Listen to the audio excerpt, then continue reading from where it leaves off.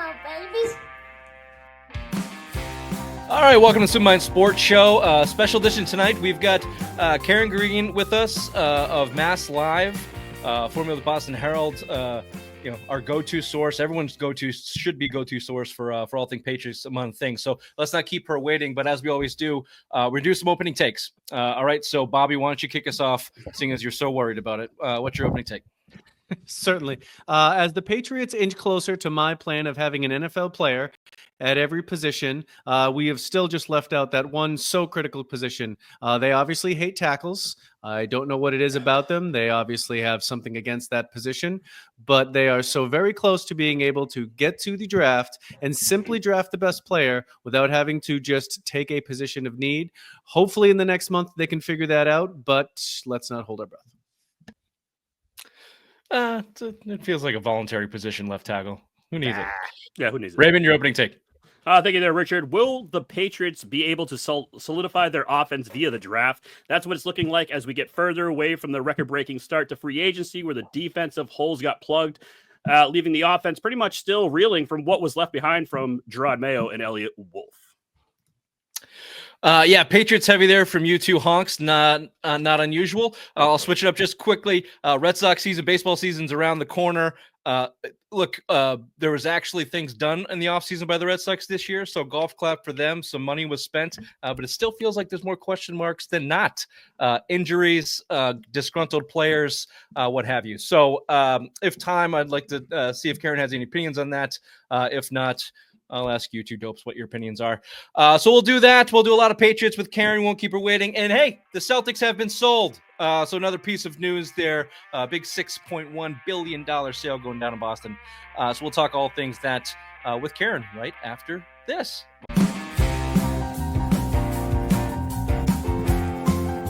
Apparently, the Celtics are dumb front-running pussies. This is the same team they have been for 4 years running.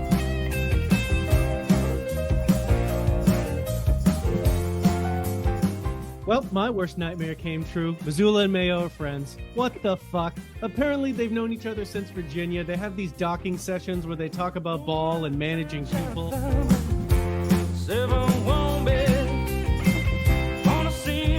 on vacation. I'm going to quay all these. I'm going to fucking watch them this week. Do you say quay? Is it not quay? It's Q. It's Q. It's Q-U-E. You idiot. We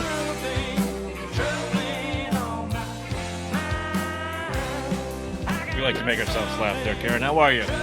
Well, you made me laugh, and based on the opening montage, I thought you were having Tom Brady on the show. What's up with that? Oh, no, just you walking behind him, following into practice. That wasn't the... Look, Dr. Big Mac is head of social media, and if the name doesn't give it away, I don't know what does. You're on the Simple Mind Sports Show. Welcome. I thought that was a great picture of you, too. I mean, if I was next to Tom Brady, that would be my go-to picture for everything. Actually, he was leaving practice. He was leaving a big interview session, and I wanted to catch him for a few seconds, so we walked. Walked away. Quick question, real quick. We'll start this off real quick. What did he smell like? What is this fragrance? Oh, God. What do I smell like? No, you, Karen. No. Tom Brady. Tom Brady. Well, that day it was post-practice smell. So it was musky and beautiful. With us, of course, is Karen Guregian of Mass Live, formerly of the Herald, covering Boston sports. I was going to check. What does it come through on the screen or what? No, we didn't update it. We didn't update that feature for our show. Well, sorry. You smell like Vrabel likes it because he called you out immediately during his opening press conference. So we know you got one fan. Yeah. You can know what these guys smell like. What I was having, but I think he needs glasses, actually. Well, I hope he gets them prior to watching these prospects. And it's like, what? He hasn't heard of hair color before? I mean, come on. You know? I think Frames looks, I think the salt and pepper's in. I think he looks pretty good. It is in. He does. Especially for his age, you know. True. Is he older than us? God, I hope he's older than us. Yeah, He is, and so am I by a lot. no. I don't know. Thank you for that, but I don't know if it's by too much. Although covering Boston sports from a lot of people say 84, what the hell? But let's give the Lowell Sun a little bit of love there. Yeah. 1981. Hey, I was there too. Yep. you told us in the And I tell pre-show. people, just so everyone knows, I get hired out of diapers. So I was like the Doogie Howser of sports writers, you know? Like, That's high praise. That's high self-praise. That's a little pat in the back right there. well, I just don't want to tell my Self-proclaimed. Oh, I see. Yes. I see what she's doing here. I see now. You get it? If I've been in the business 40 years, right? Like, Yeah, can you do started when you that. were a toddler. You were starting as a toddler. That's what I'm saying. Yeah, I was a I get it. toddler. See, The simple first minds. You had to break it down a little bit more. Then I got it. Oh, okay. I got you. First All columns right. first columns were in crayons. Let's get to the hard-hitting Patriots talk. You told us in the pre-show, but let's just immediately, Ray, I'm going to steal yours here, and you can Absolutely. How follow about up it? on Yeah. it. Steph Diggs is in or out, New England Patriots? Well, he was in for a visit. Mm-hmm. He was wined and dined. They checked him out physically. You know, he's coming off a torn ACL, but he left without a contract or an offer. I think it was kind of a fact-finding mission on both ends. I think Diggs will probably go out and visit with other teams, see what everyone has to say, and then see what everyone has to offer. But, you know, it's a tough case for him because he was once one of the best, if not the best, receivers in the NFL. He went through a 6-year span where he had 1,000 yards or more. He had 1 year in 2022, I think it was, where he led the league in receptions and yards. But he's going to be 32 in November. So, and coming off an ACL, you know, how much do you pay for somebody like that who's used to being among the higher paid receivers? Are the Patriots in a position to have that kind of I don't know what the word I'm looking for here, to be that picky when it comes to wide receiver? Right? Frugal? Well, we That's a can great go word. a different road in that department. You don't have a wide receiver. Demario Douglas is your top slotted wide receiver right now. The pickings are slim. They didn't want to pay Cooper Kupp. They didn't want to trade for DK Metcalf. We've heard all the excuses. Now they're high on Travis Hunter, which has a lot of question marks around him. If Steph Diggs comes into your building and showing some money to spend, and everyone's signing 2-year deals anyway. So I don't know why stopping them from signing a good wide receiver, I guess, is the big question. I don't know. Before free agency started, I was of the mind, and I wrote this, that they had to overpay, even if it was stupid. I mean, they weren't in a position to like try and win deals, right? They had to get people in the door. Pay people stupid money. And it's funny, they did that with the defense and haven't really done it on the offensive side. I mean, they will tell you they've made runs at people, or they were going to give Ronnie Stanley the keys to Foxborough if he didn't re-sign with Baltimore. They were going to do the same with T. Higgins. It just, none of those pie in the sky things materialized. So now they're trying to be careful, or that's how it looks. So was there a plan going into free agency for the offensive side of the ball? Because it really doesn't sure. seem. You think there was? Because it doesn't seem like. And they just struck out on all those avenues, pretty much.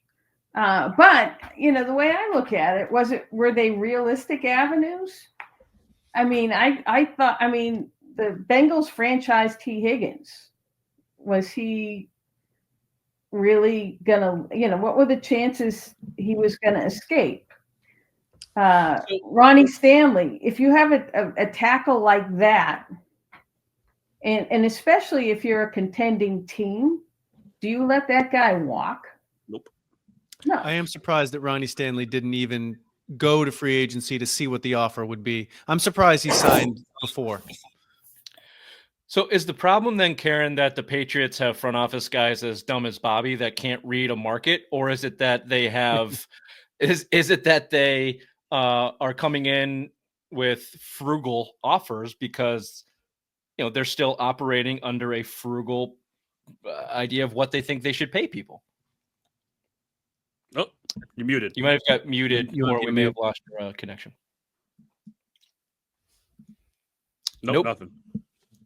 Let's see. I heard her scrambling, so maybe she unplugged something.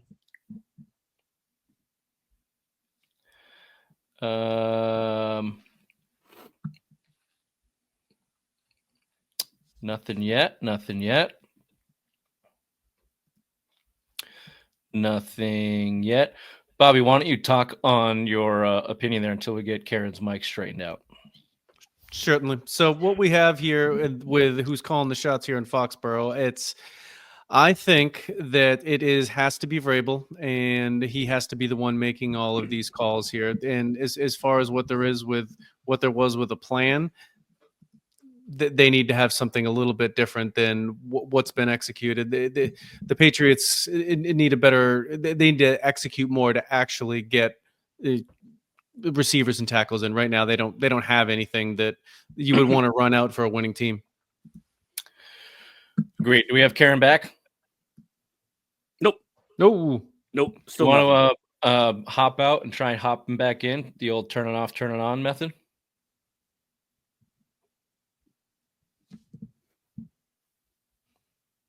Yeah, let's try that. I'll kick you out, and come then back in. And then you come back in. Technical difficulties there from Karen. You touch your phone to read a text. That's it. So, anyways, keep going.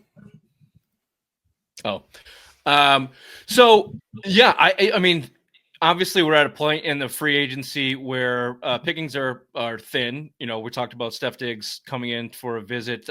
The biggest holes at left tackle, wide receiver.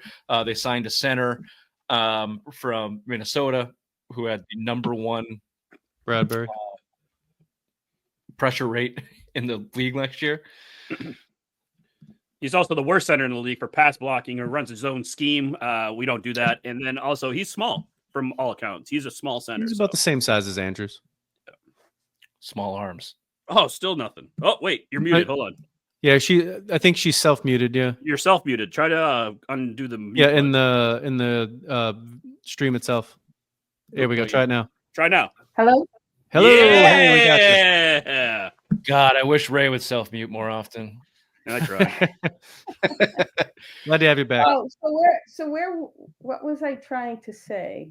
Off-season plan for we're offense. talking about, they extended a big offer to Chris Godwin, but he took less to stay in Tampa.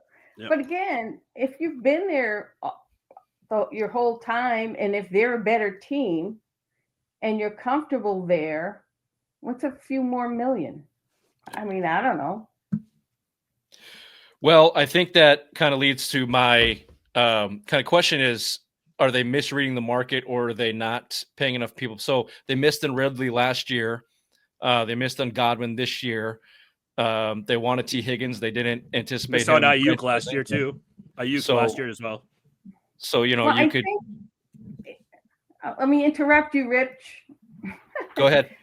I'm not sure I know last year they were taken aback by offering all this money, and they weren't a destination.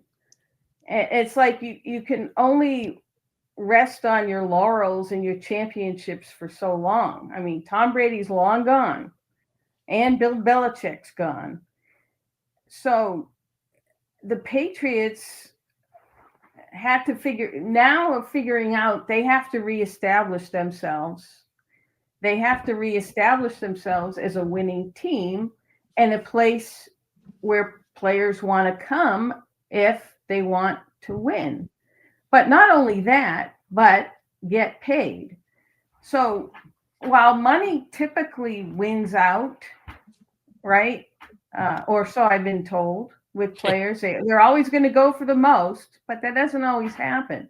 If you're an older, established player, you want to go where you have the better chance to win if the money is equal. And that's where the Patriots are behind right now. Yeah. Who's calling the shots there in Foxborough? Is it Vrabel or Wolf? Vrabel. Good. So Wolf's a pawn. Wolf's a pawn. Well, he's just kind of been shuffled. To us, Elliot Wolf seems a little useless. Do you get that same feeling? Well, he will become more useless. I mean, it was tough to part with him. I mean, in a big picture sense, because he and his staff did all the work on the draft. Right. And if you're a coach coming in, you have no draft board. So, and Elliot was re-establishing how they did their draft board. And there's a difference. Under Belichick, their board rankings were based more on fit as opposed to who's the best. Best player. Also Best known as player. talent. Right. Correct. But it was based on fit. But it's tough to argue with what they did with him getting players to fit his system or fit what he was looking for. Cole Strange. But you can do that. You can do that when you have Tom Brady. Right. Yeah. Okay.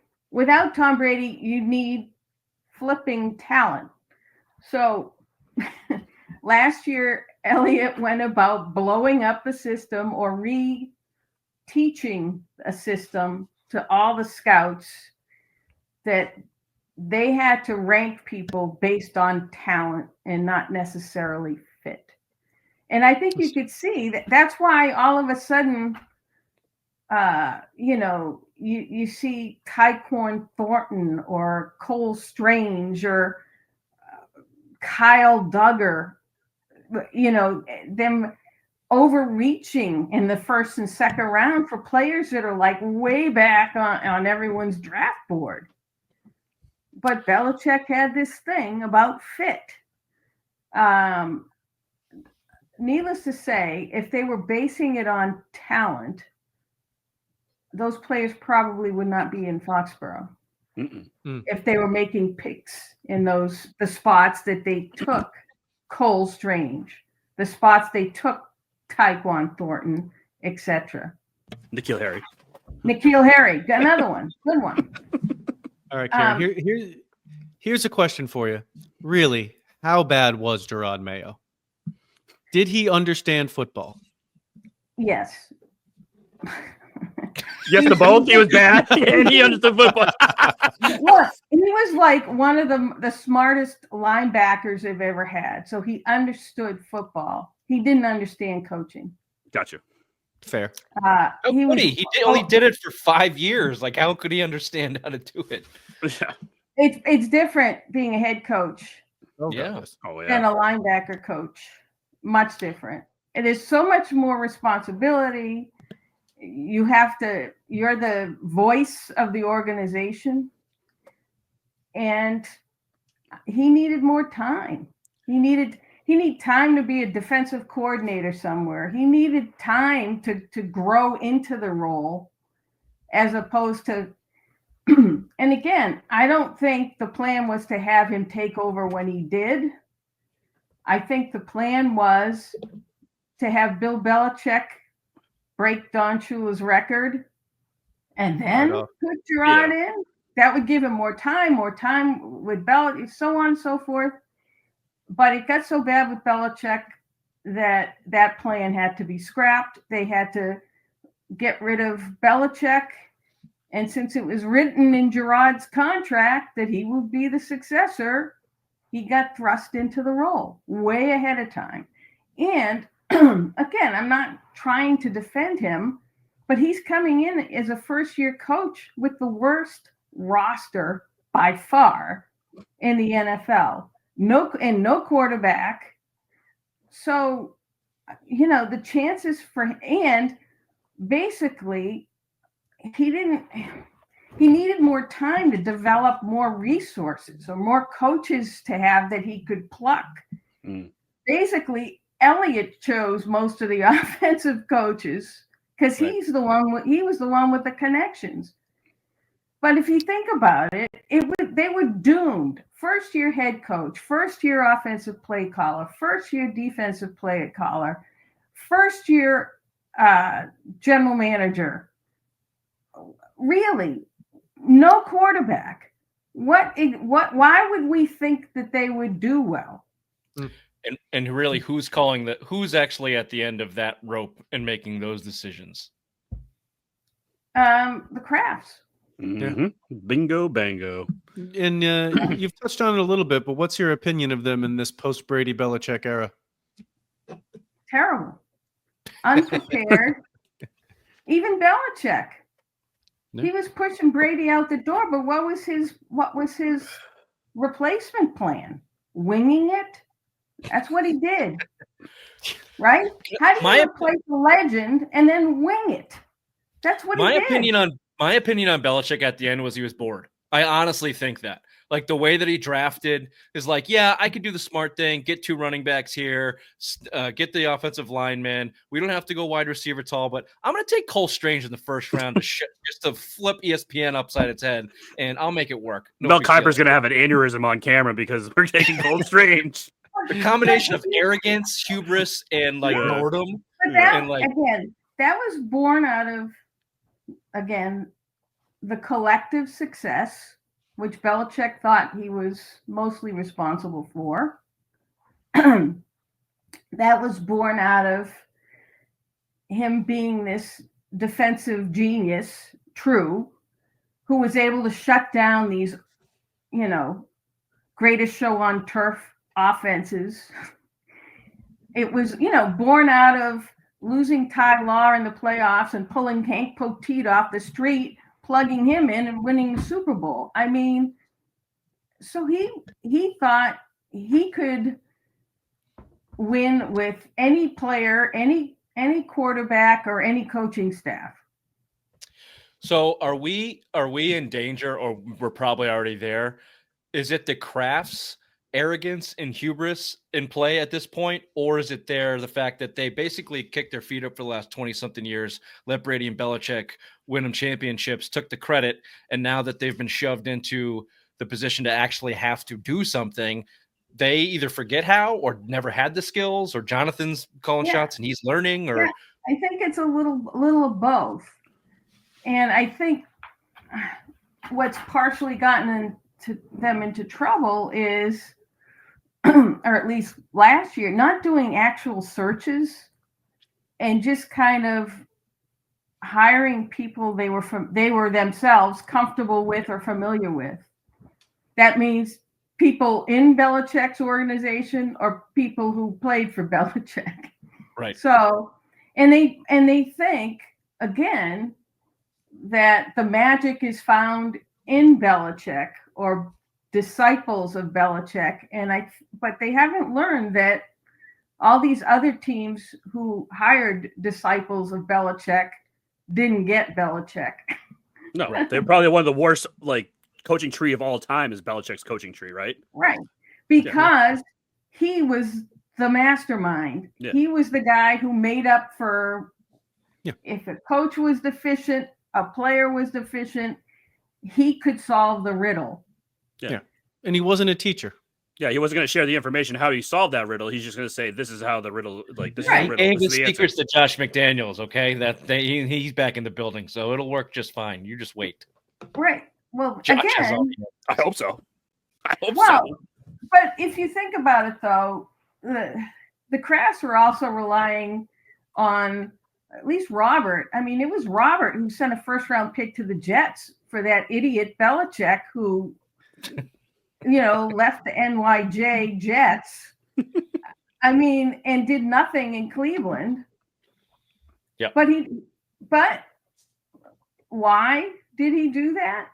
Well, I think he saw how important he was to Parcells and Parcells' defense, I mean, Parcells was a great coach on his own, but again, Kraft got familiar with Belichick during Parcells' time, saw his importance, and just figured that would translate. Yeah. That was after his Pete Carroll mission failed. Draft's coming up at the 4th pick. Is it Travis Hunter or bust or trade back? Well, I think they have to see how the board plays out. If he's there, if he's available, if Travis Hunter's there, is it a clear shot the Patriots are taking him? If he's not there, No, I wouldn't say do you think they're going to trade back? Can I ask this question just a little bit more from an interesting standpoint? Yeah. They've come out and said that they love Travis Hunter, number 1 wide receiver in the draft, number 1 cornerback in the draft. Is that true, more true or more gamesmanship that if he gets there? It could be either one or both. That's not what we're looking for, Karen. Yeah, that's not the answer. The honest answer. Because I mean, my intel is they like, or again, they're on their draft board. Travis Hunter is on the top of the receivers and he's on top of the cornerbacks. But I don't think that that's a surprise necessarily. Right. That's just where he sits. Does that mean that they'll take him when he's there? I wouldn't put money on it. That's what we needed. That's actually what we were looking for. With a little wink wink. I wouldn't count on it. All right, we got you. But here's the thing. They've talked about wanting to go into the draft and being able to pick the best player available. So if they live by that motto, which they've been preaching, if Travis Hunter is there, they take Travis Hunter. But how do you ignore not having a left tackle? We've been doing it for years. It's super easy. Right? But how do you do that to your stud kid quarterback? I suppose they can. They'll figure it out. Pull himself up by his bootstraps. So you think they trade back and get more assets then? Is that what you're kind of thinking that might be the route they take come April? It could be, but what I would do, I would take Travis Hunter and then I would trade back into the first round to get the tackle. That's what I would do. That one keeps That's popping me. up. I'm not running the show. Vrabel would listen to you, so you need to get in his ear. You have a kinship. We have 2 more important Patriots questions, and then if you allow us the 2 or 3 minutes, just switch gears. Mine is Drake Maye. Percentage-wise, how sure are we he's good? Because he has a losing record. He's thrown game-losing interceptions in almost every competitive situation he's been in, minus the one in Tennessee. And, he was on a terrible team. And what evidence do we have for all of the optimism around New England that Drake Maye is a future top 5 quarterback, which is kind of the consensus we get the feeling of? Well, what do you see? Outside of losing, and I see raw athleticism, and the reports are that he's got a good head on his shoulders. He works hard. All the intangibles are there. You see that? Have you seen that? I see him run into like 4 linebackers at once with his back straight up and get his ass kicked. Well, but I've also seen him throw a 65-yard touchdown down the right sideline. It's beautiful. Josh Allen did the same thing his first year. All I'm saying is, good. Again, and Mac Jones did the same thing, but he had far less talent. Oh, yes. He had far less talent than Drake Maye. But when you have no offensive line, when you have no receivers who can get open, when you basically it's on you to produce something, it's hard not to try to do more than you're capable of. And that was Mac Jones throwing passes, weak-armed Mac Jones throwing across the field. I mean, he lost his mind. We're gonna have to beep Mac Jones for anybody listening. We're gonna have PTSD. So, and then when you have Matt Patricia in your ear calling plays, I mean, Woof, The guy yeah. lost his mind. He did. This might not be What? allowed on YouTube after all of that. But I think when you look at Drake Maye, compare and contrast, he can throw the football. He's got a good head on his shoulders. He's mobile. He has to learn how to slide. If you put pieces around him, you can see how much better he might be. I mean, he had a rookie season, and again, he's jumping into a rookie season where, again, at least 3 or 4 of his offensive line members stunk. And it was a revolving door. It was like everyone was coming through. David Andrews got hurt, season-ending injury. You got a new center under. He just didn't have the cards for that rookie season. So simply put, we're at 50-50. Understood. We'll write that down. We'll put it in the. We'll see. I'm greater. I have more faith that Drake Maye. I do too, and I actually like the Josh McDaniels hiring for that reason for a young quarterback. I actually think that they'll be pretty good. But that does not answer the question about the potential best quarterback on the roster, which Bobby is interested in. What should they do with Joe Milton? Oh, I thought you were going to ask about Josh Dobbs. He's got the most wins. He's got the most career wins on the roster right now. Most career wins in most career teams. He's been like Yeah. on 6 or 7 teams that I can count on. How did he do that in Minnesota? Is what's the cat's name in coach's name in Minnesota? Remind me, I always forget. O'Connell. Kevin O'Connell. He is he that good that Sam Bradford is an MVP candidate and Josh Dobbs is not a 4th quarterback on the roster? Like that seems how that good. That's how good he is. He is. He's very good. Very good at teaching, coaching, and very good at these offensive concepts. But he also have one of the world's best receivers in Justin Jefferson and a surrounding cast that's pretty darn good too. Wide receivers. So there's stuff to work with there. So is that a check? Wait, excuse me. Is that a check mark for Bill Belichick? That's he coached Kevin O'Connell at one point. So is that part of his coaching tree? So is that a step in the right direction for the Bill Belichick coaching tree?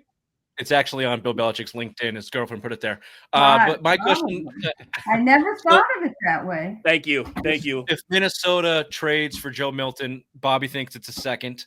Never said that. He said first, actually. We might be looking at a competition there with McCarthy. Well, do they really want a 3rd-round pick for Joe Milton, or are they just throwing that out there? No, I think they're trying to see what they can get. Yeah. Dallas is biting. Dallas is going to bite. Dallas will bite for it. Do you think so? I think the Dallas Cowboys are stupid enough, and Jerry Jones might see Dak Prescott always getting hurt. Joe Milton, he wowed him in Week 18 against the Buffalo Bills. Why not bring him down to big Dallas and see what he can do? A reader asked me this question, and it's a really good one. So I'm going to ask you guys. Okay. If the New York Giants approached you about Joe Milton and offered you, I don't know, a 3rd-round pick, do you make that deal with the Giants knowing that if they get a quarterback, they're not going to take one above you? Ooh. Meaning, that takes away either Carter or Hunter. Is that a good one? That was a great question. It is a good one. I'd still probably do the trade if you could actually get a 3rd-round pick. No. He's just saying that. What are you going to do about your Joe Milton tattoo, Bobby, and your footy pajamas? I could turn it into something else. Well, you know what? Think about this, though. As I said, I told the reader, it's like one of the best questions I ever got. That's a very good question. It's a good would you rather situation. Yes.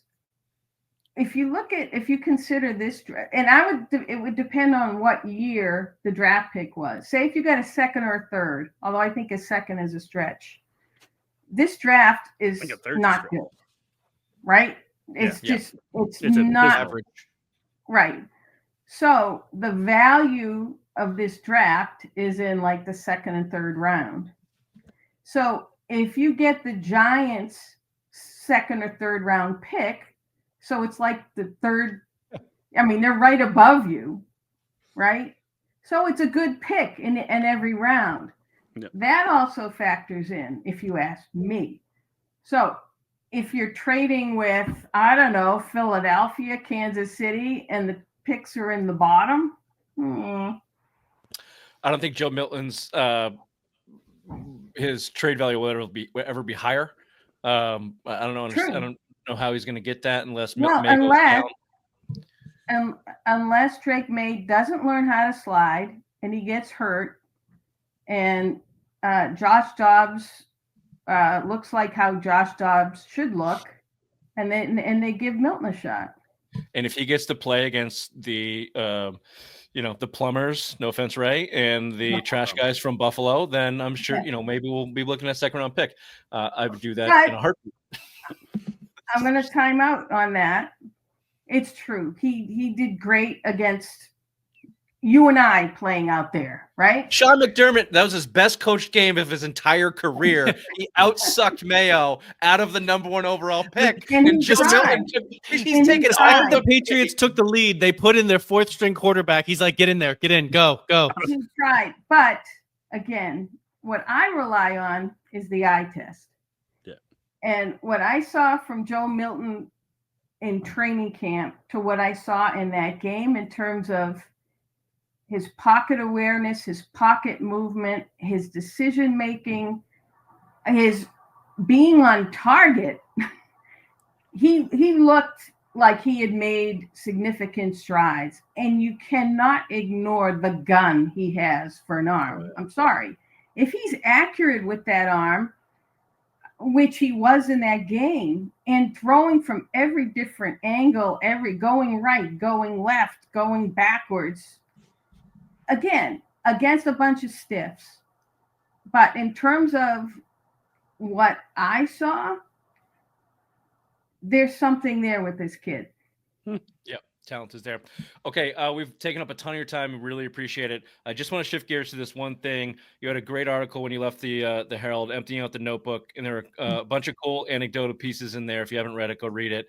I phrased this question this way, but feel free to just kind of touch on the stories if you want to. The scarier encounter, Muhammad Ali shadowboxing, or dealing with a scalper at the Winter Olympics with a prickly Italian. Which one gives you more of a pause? Well, that whole scalper experience, I thought I was going to get arrested.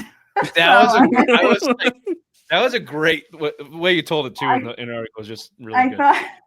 Well, it's like one of those things. I was credentialed for the Olympics, the Herald was counting on me to cover the women's figure skating final, which is like viewed by a gazillion people. That's like the most watched thing. Right. And then to have the guy, we would get like a ticket for the events that we covered. And then they're saying, sorry, you're at the bottom of the totem pole. We don't have a ticket for you to cover it. So I called up my boss. I said, well, there's only one way for me to get in. How much do you want to pay a scalper?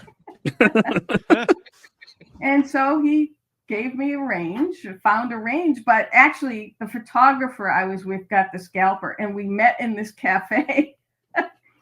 I was bankrolling the transaction. And I had never done this before, dealt with a scalper before.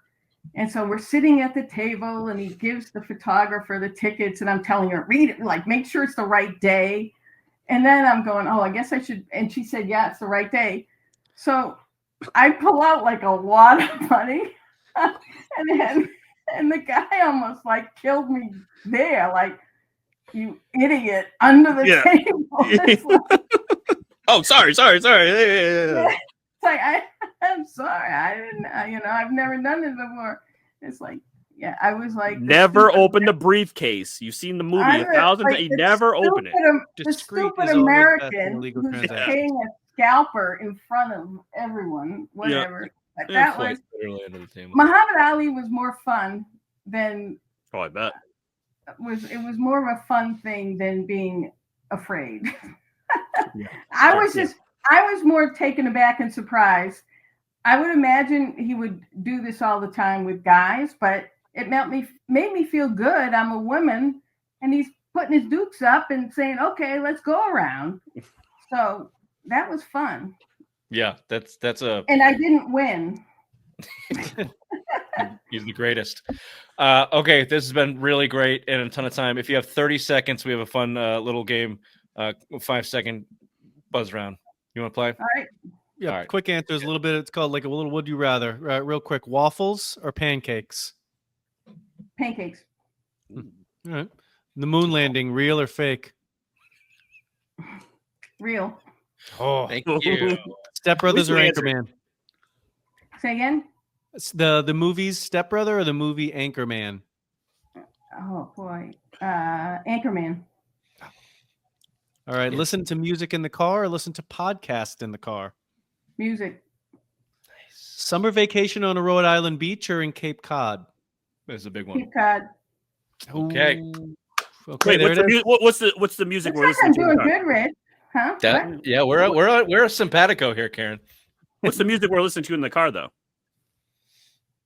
Oh, like old time. Whatever. Oh, What no. is it? Wait, is it? I mean, wait. I'll fake you all out. So rap.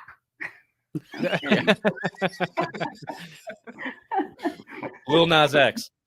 Yeah, Exactly. right. Yeah, yeah. I There don't you go. even know who that is, but yeah, we'll see. Yeah, that's that. Yeah, that guy. I guarantee. I want to be cool and He keeps it real. So yeah. I guarantee you, Karen, you and I radio stations are probably simpatico as well. We're probably on the same wavelength there. Mm. Well, I It's can not tell little. you. It's not Last Little night, Nas X. last night I was listening to Sade. So Ooh. Oh, okay. All right. Get into that. Karen, thanks so much. When Diggs signs with the Patriots, if you want to just shoot us a quick note so we can break that, that'd be fine. absolutely. Yeah, exactly. Yeah. This has been fun. Thanks been for a blast, joining us. And Yes. Thank you so much, Karen. We appreciate Thanks it. for continue to having follow you me. as we have. Have a good night. Thank you. Bye now. Thanks. Bye, Karen.